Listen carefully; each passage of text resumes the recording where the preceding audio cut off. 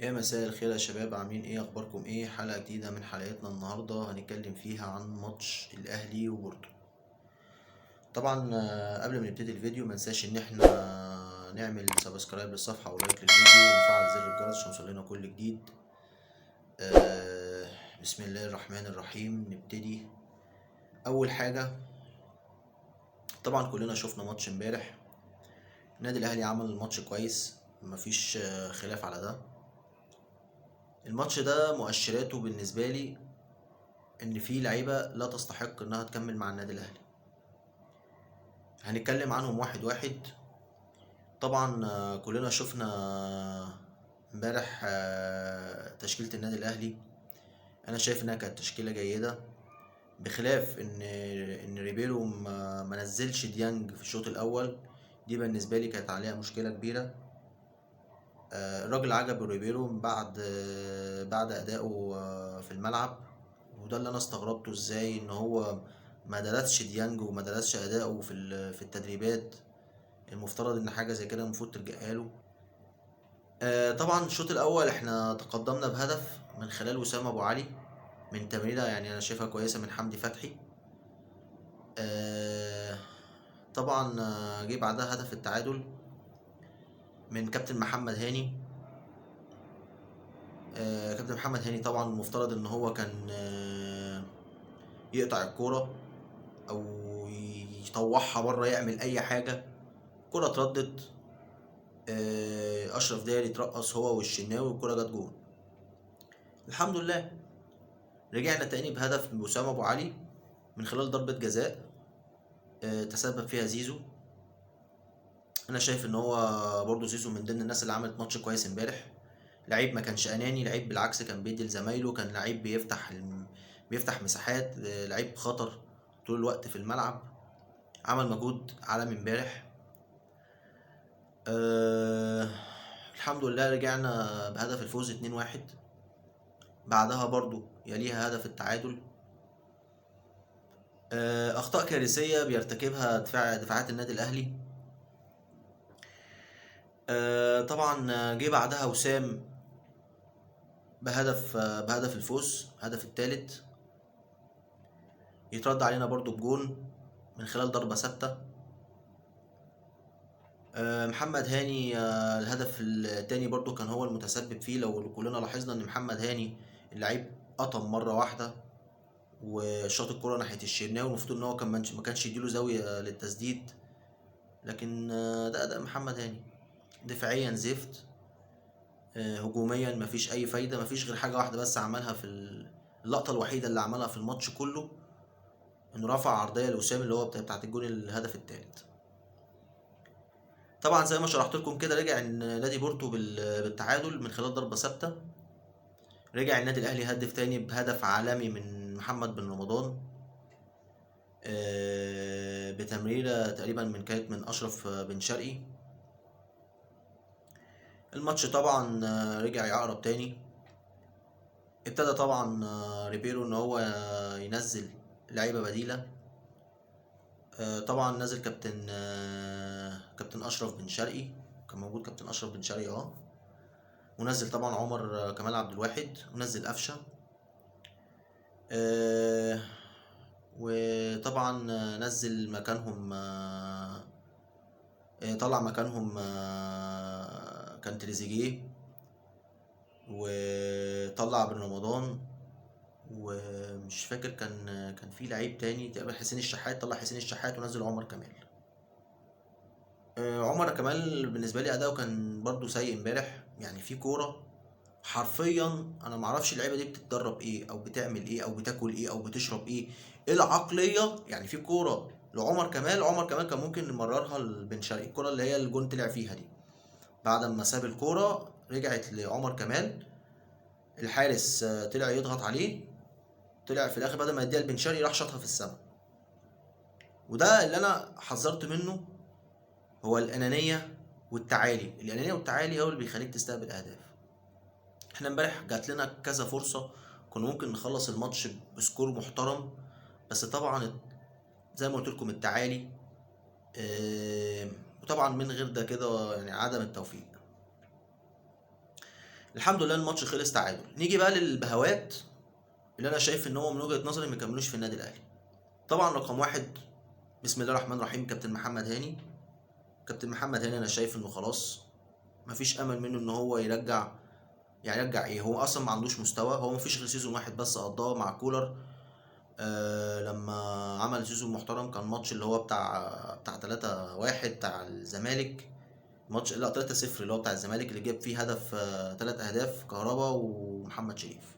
هدفين لمحمد شريف. ساعتها ده كان محمد هاني. الموسم ده هو عمل موسم خرافي من وجهة نظري يعني. لكن ما زال محمد هاني هو محمد هاني. محمد هاني مفيش اي خطورة، مفيش دفاع.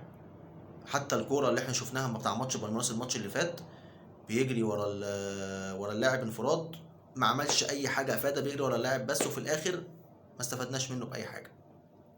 تسبب في جول. يعني محمد هاني بسم الله ما شاء الله اتسبب بس في بطولة كأس العالم اللي احنا لعبناها دي اللي هو بتاع دور المجموعات دي في 3 اهداف. في 3 اهداف. وعلى فكرة في كوارث اكتر من كده كمان، حتى كانت باينة في كذا سيزون، او باينة في كذا موسم يعني. بس الواحد كان بيعدي بيقول معلش، وده طبيعة محمد هاني. خلاص بقى عندي سلام نفسي ناحيته، او ما عنديش اختيار تاني، ما عنديش لعيب تاني اقدر اعتمد عليه غير محمد هاني ده للاسف. طبعا. تاني لعيب من وجهة نظري كابتن محمد الشناوي. كابتن محمد الشناوي امبارح اتشاط عليه تقريبا 7 كورات. 3. ال7 كلهم اون تارجت. صد 3. صد 3 والاربعه التانيين كلهم اجوان. ده اللي عمله محمد الشناوي. ده الظلم اللي احنا قلنا عليه السيزون اللي فات ان شوبير يكمل. شوبير الفورمه بتاعته كويسه من بعد ماتش الترجي، لو احنا فاكرين بعد ماتش الترجي ساعه لما الشناوي اتصاب مع المنتخب، كان عندنا مصطفى شوبير والحمد لله ربنا كرمنا وخدنا بطوله افريقيا. وبعد ما خدنا بطوله افريقيا يبقى الحال كما هو عليه. مفيش عندنا حارس مرمى. يعني محمد الشناوي انا ما عنديش خلاف عليه ان الفترات اللي فاتت لما كان مع المنتخب اول ما طلع الكيرف بتاعه اللي كان طول الوقت موجود، محدش يقدر يختلف ان محمد الشناوي كان احسن حارس في مصر، احسن حارس في افريقيا كمان. دي وجهة نظري. لكن دلوقتي جه الوقت بقى ان شوبير هو اللي يكون موجود في المركز ده. حرفيا انا محتاج للعيب موهوب، محتاج للعيب يقدر يحقق لي الفارق. حتى في ماتش باتشوكا على فكره لما كان موجود في الماتش الودي كان عامل ماتش كويس جدا. لكن هي دي من ضمن الاسباب اللي مخليه طول الوقت ان النادي الاهلي يبقى بالمستوى ده. ان محمد الشناوي هو كابتن الفريق وبقاله عمر في النادي، ما ينفعش ان يجي لعيب يلعب عليه، خاصة اللعيب ده أصغر منه. الحاجات اللي احنا الحسابات اللي احنا بنحسبها دي هي دي للأسف المشاكل اللي بتخلي النادي بيتعرض للمواقف اللي انتوا شفتوها زي كأس العالم وزي أفريقيا على فكرة. هي دي المشكلة، إن اللعيب لما ياخد مكان لعيب ما بيكونش فيه نتائج كويسة مع الفريق. التعالي والأنانية وإن أنا ما ينفعش إن أنا قائد الفريق أقعد على الدكة. ما ينفعش تريزيجيه هو اللي ما يشوطش ضربة جزاء. البدايه اصلا كانت من تريزيجيه كمان. يعني تريزيجيه لو كان سابها لوسام امبارح، هو شفنا وسام ابو علي بسم الله ما شاء الله جاب ضربه جزاء كويسه، كنت تسيبها يا اخي، كنت تسيبها لوسام، كنت تسيبها لوسام. الحمد لله. فجه ساعتها طبعا اتكلمنا برضو في اول الموسم لو كنا فاكرين عن مشاكل الاداره واللي بيعملوا الاداره، برضو ده اللي انا جاي لكم فيه. لعيبه كتير المفترض انها تكمل مع النادي الاهلي، ولعيبه كتير المفروض تمشي، والمفروض ان انا بقى اعمل فريق محترم ان انا ابتدي ابني عليه. في كوره كابتن محمد مجدي قفشه اللي ضحك عليها كابتن ممدوح نصر الله، انا ما كنتش واخد بالي من الكوره دي. لما رجعت عدت الماتش طبعا من كتر التوتر وحرق الدم والاعصاب. الكوره اللي محمد هاني بيبصيها لقفشه، قفشه هو اقرب واحد للكوره. قفشه هو اقرب واحد للكوره، ما جريش ناحيه الكوره، ما جاش جنبها ولا فكر حتى ان هو يجري ناحيه الكوره، ما عملش اي حاجه. ماذا يستفاد النادي الاهلي من مجدي قفشه غير بس ماتش واحد فقط لحد النهارده هو عايش عليه؟ ماتش القاضيه ممكن. يعني انا زهقت من فكره القاضيه يا اخي.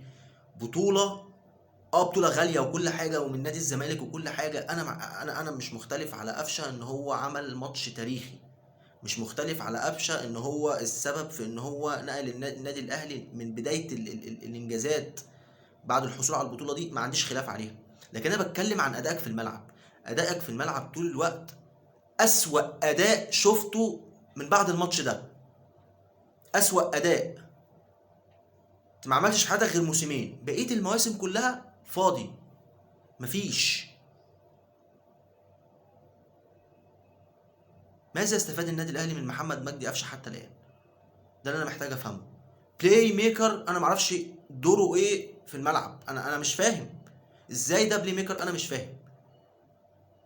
يعني الطبيعي يا اخي بوش رجلك ترفعها لبن شرقي ولا تدفعها اي حد من هناك. ما عملتش اي حاجه، ما استفدناش منك باي حاجه.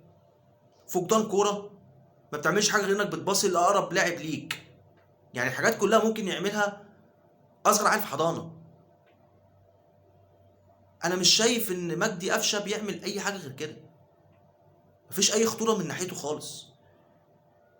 وده السؤال اللي عايز اساله لريبيرو، انت ليه بتنزل قفشه؟ ما عندكش لعيب غيره؟ يا جدع انت لو كنت نزلت اي حد مكانه كان هيبقى احسن منه. بس يعني المشكله ان الراجل انا عذره.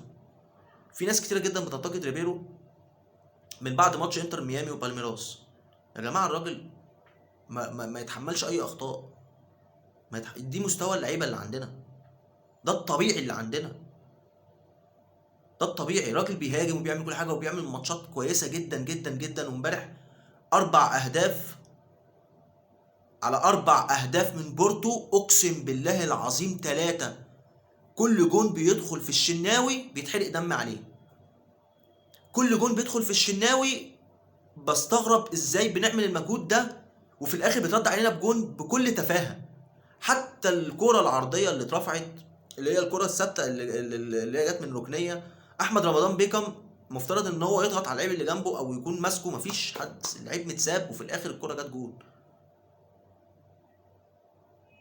ماذا تفعلون؟ اخرتها ايه؟ يا جماعه بجد الموضوع صعب قوي. المفترض ان احنا رايحين نلعب كاس عالم.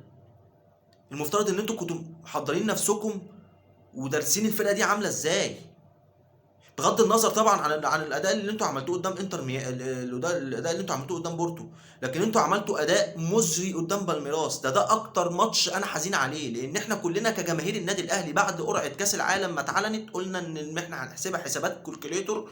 هنتعادل مثلا مع الانتر ونكسب بالميراس ونخسر من بورتو، او نتعادل مع بورتو كده انا ضمنت الصعود. لا انا ما عملتش حاجه، ما طلعتش غير بنقطتين. سيناريو بقى طلع مختلف. ليه؟ بسبب انانيه تريزيجيه، بسبب لعيبه للاسف بعد الماتش بتروح تعمل شوبينج. ايه ده؟ ايه يا جماعه ده؟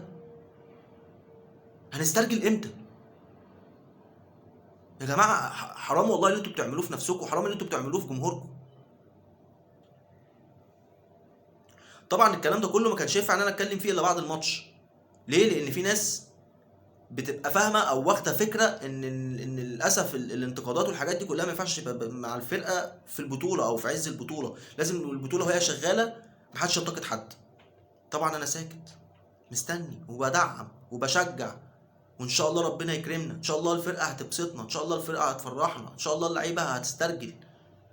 ولا اي حاجه من الكلام ده حصلت، ولا اي حاجه من الكلام ده تمت. لعيبه كلها كل حياتها رايحه امريكا لاجل ان انا رايح امريكا.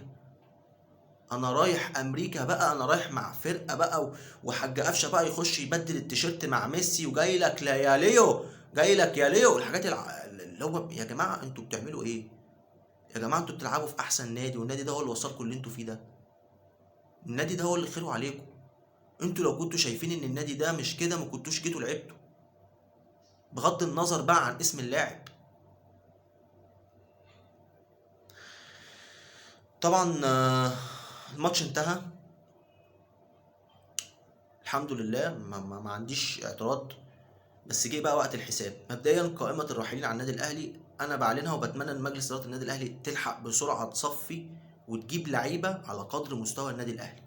لان انت دلوقتي معاك منافس بيدبدب معاك في الدوري، معاك منافس بيدبدب معاك في البطولات المحليه، والنهارده واخد افريقيا وهو حامل اللقب. مين هو؟ الاسيوطي، اللي هو بيراميدز. يعني ما بحبش اقول بيراميدز، بحب اقول الاسيوطي. الاسيوطي دلوقتي اعتقد ان في ميركاتو جاي، اللي هو الميركاتو الشتوي ان شاء الله، فهيحتاج تدعيم. انت بقى المفترض انت تعمل ايه؟ تبتدي تدعم من الميركاتو الجاي. ويستحسن استأذنك كنادي اهلي كمجلس اداره، مشي لي اللعيبه اللي للاسف انا مش شايف من ناحيتها اي تحمل مسؤوليه. رقم واحد محمد هاني، رقم اتنين كريم وليد، رقم تلاتة خالد عبد الفتاح، رقم أربعة طبعا هيكون حسين الشحات. احنا قلنا حسين الشحات. عمر كمال. محتاجين تدعيم بقى باك يمين مكان محمد هاني، ويستحسن يبقى معاه باك يمين تاني. هات باك يمين مصري، هات باك يمين مصري معاه باك يمين اجنبي، مفيش مشكله. لكن محمد هاني انا مش عايز اشوفه تاني. حرفيا محمد هاني امبارح جاب لي جلطني حرفيا. انا مش عايز اشوف محمد هاني تاني في الملعب. مين تاني؟ في حد تاني؟ قفشه. مشيه قفشه، مشيه خلاص. انا مش عايز اشوف قفشه تاني في الملعب. عايز بقى يروح الزمالك، يروح بيراميدز، يروح مطرح ما يروح، يرجع النادي بيراميدز تاني، ما عنديش مشكله. ليه؟ لان انا حرفيا انا قفشه من ساعه ماتش القاضيه ممكن حرفيا هو مختفي. انا مش شايفه، انا مش شايفه.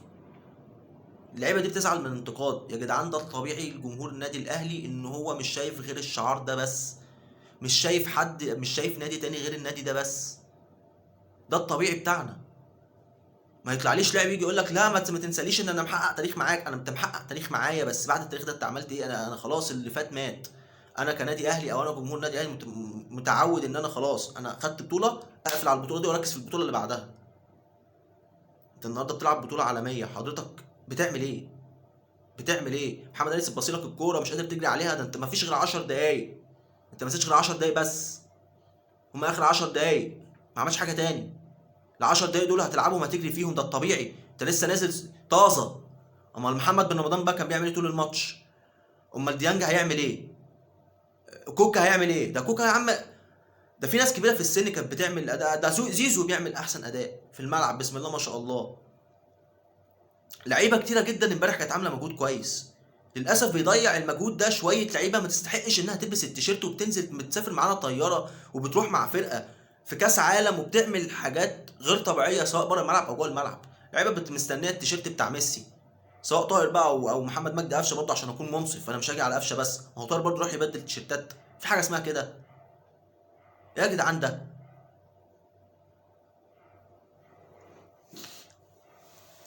فطبعا انا شايف ان كفايه كده على بعض اللعيبه اللي انا قلت عليهم، اللي انا ذكرت اساميهم دلوقتي: كريم وليد، خالد عبد الفتاح، محمد هاني، قفشه، حسين الشحات. حسين الشحات طبعا انا خلاص لعيب كبر في السن ومش هيقدر يقدم حاجه جديده، مش عشان خاطر هو وحش. هو حسين الشحات يعني عمل حاجات كتيره جدا سواء بطوله عالميه زي كاس العالم، بس الموسم ده طبعا مفيش.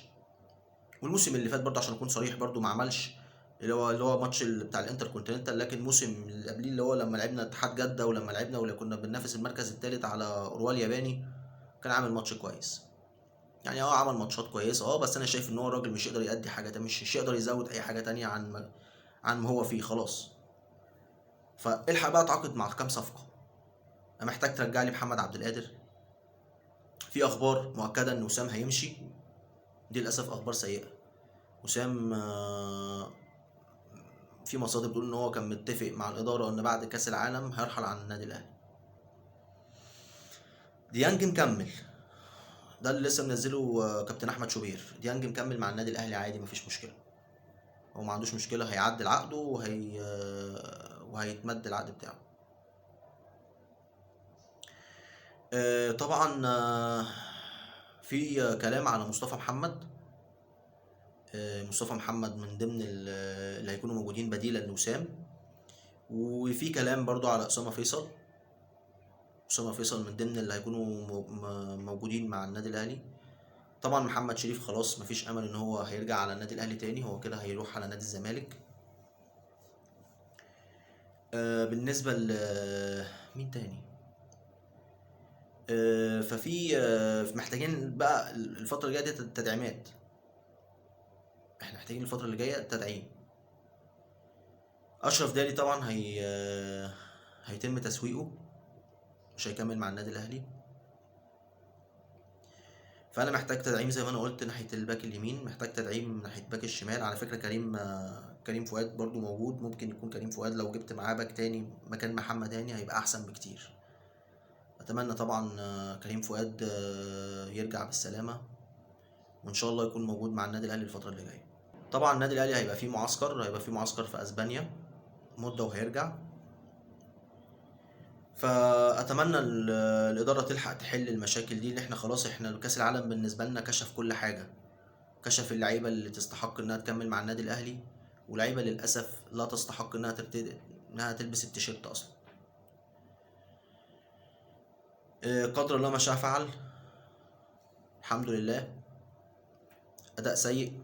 هنستنى بقى كاس العالم 2029، والمفترض ان النادي الاهلي الفتره اللي جايه ينافس على بطوله افريقيا. وما تنساش ان انت لازم تعمل فرقه كويسه، ان انت معاك فريق بيدبدب معاك في الدوري، بيدبدب معاك في البطولات المحليه. طبعا بالنسبه لاخواتنا التانيين، زيزي الله يكون في عونها، يعني ان شاء الله ربنا يسترها عليها. عندها مشاكل كتير، لسه متعاقده مع نايك، ولسه في فيديو برضو بخصوص حوار نايك ده، لان في حاجه انا اكتشفتها هم زايطين بيها، هبقى اكشفها لكم قريب. الحمد لله على قد كده، قدر الله ما شاء فعل. ما تنسوش تعملوا سبسكرايب للصفحه ولايك للفيديو ونفعل زر الجرس عشان يوصلكم كل جديد. استودعكم الله. السلام عليكم.